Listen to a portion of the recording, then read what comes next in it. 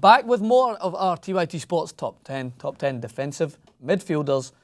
We just documented top 10 attacking midfielders, so make sure to check that out. Jason Rubin joining me as always here, Francis Maxwell. So let's talk about our top 10 defensive midfielders. And this is, full disclosure, it's ESPN FC who are talking some amount of shite again because the list is ridiculous. Their attacking midfielder list was awful, to be honest, and their defenders because they had Vincent Kompany on it, I think, at one point.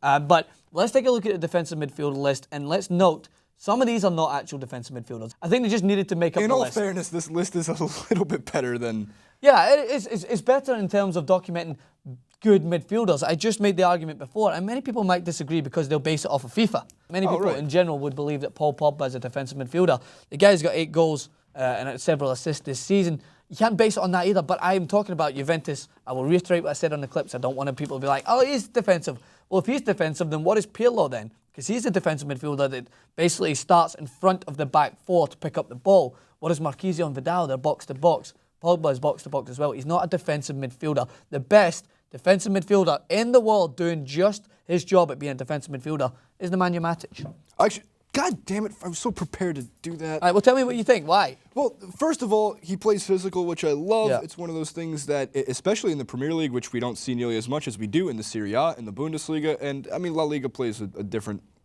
I'm not going to speak on that because I actually don't know too much about how physical La Liga's physicality... Well, the referee blows at every sneeze. Right. It's like the NBA. Yeah. But Matic is extremely well-conditioned. Yes. Plays full 90-plus minutes in most games, if not every game. I know John Terry actually did that this entire season long. And now you just took it. All right. Well, I think most people would agree. There will be people out there who obviously are fans of many different players. But based on the position, which I will reference another Chelsea player and Real Madrid player, Claude Makelele, he's sculpted this position to be a guy who doesn't provide a lot of goals. We've got Matic with 1 goal, 3 assists this season, but is there to be support for your back four, to break up play, to move side to side like the crab, like I say. That's what he has to do. He's a crab. He's a favorite. He's a good crab. Toni Kroos is a crab. Toni Kroos is a crab moving forward, which people consider him to be a defensive midfielder. Why is Toni Kroos considered a defensive midfielder when Pep Guardiola said that he didn't fit into Bayern Munich because he wasn't defensive enough? He's a good midfielder. He's like Schweinsteiger as well. He's not that out-and-out defensive midfielder. This is why Lam came in and played defensive midfielder in the World Cup, because he's good at just being something like a defender. He was good in the World Cup too, the 30-something-year-old veteran. I think Lam would make my list here as a defensive midfielder. We talked about him in a defensive list, but I think he's moved into midfield. He's a good defensive midfielder. That's not saying that when you move into the final third, an alarm goes off and you're like, oh shit, you're defensive mid, you can't get in this area. Defensive midfielders do like to support attack as well, but is he a crab? Let's go back to the list again. Let's see who else we've got here to make sure that we make a full-rounded argument of the players. There's a few others even I wanted to take a note on. Verratti. He's another example where it's very cloudy, because I think he is good at being a defensive midfielder. I think he would make my list there. Yaya Touré's not a defensive midfielder, I'm afraid. He is not a defensive midfielder. The guy wanders so far forward and is always involved in attacking moves and provides goals. I would say that it's easy to make the top 5 here more than anything. I would say number 1's Matic. Busquets is absolutely a great defensive midfielder. Modric has made himself more of a defensive midfielder for Real Madrid because they need that. They need someone in there to be good and defensive and make sure that that's part of their game that they focus on.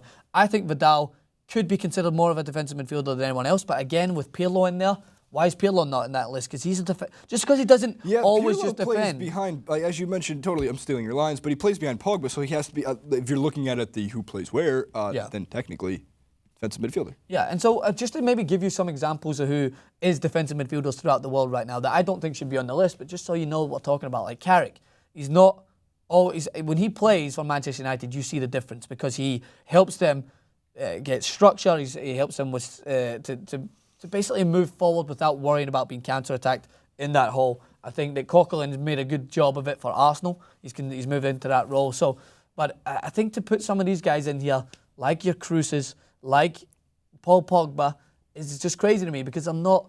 If you try and say Paul Pogba doesn't support the attack and just sits like the crab and just sits there and moves back and forth, that's not what he does. Foosball table. A foosball, all right.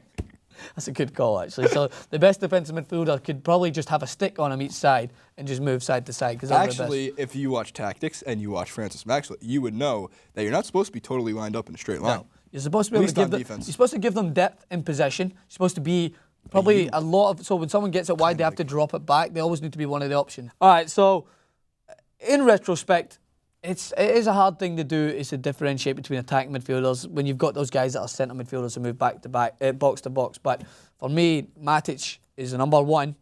Busquets can come in there at number two. Then you can decide whether you want to put in someone like Pirlo, who they haven't. I think any top 10 list should involve Pirlo. Top 10 beards, top 10 guys I would take on a first date. Yeah, so there's many in there, but this list, what do you guys think in general? Who makes the list? Is this order correct? Do you believe there's people that haven't even been included on this that need to make the list? And as always, let us know what else moves side to side other than a crab and a foosball table. And subscribe to TYT Sports.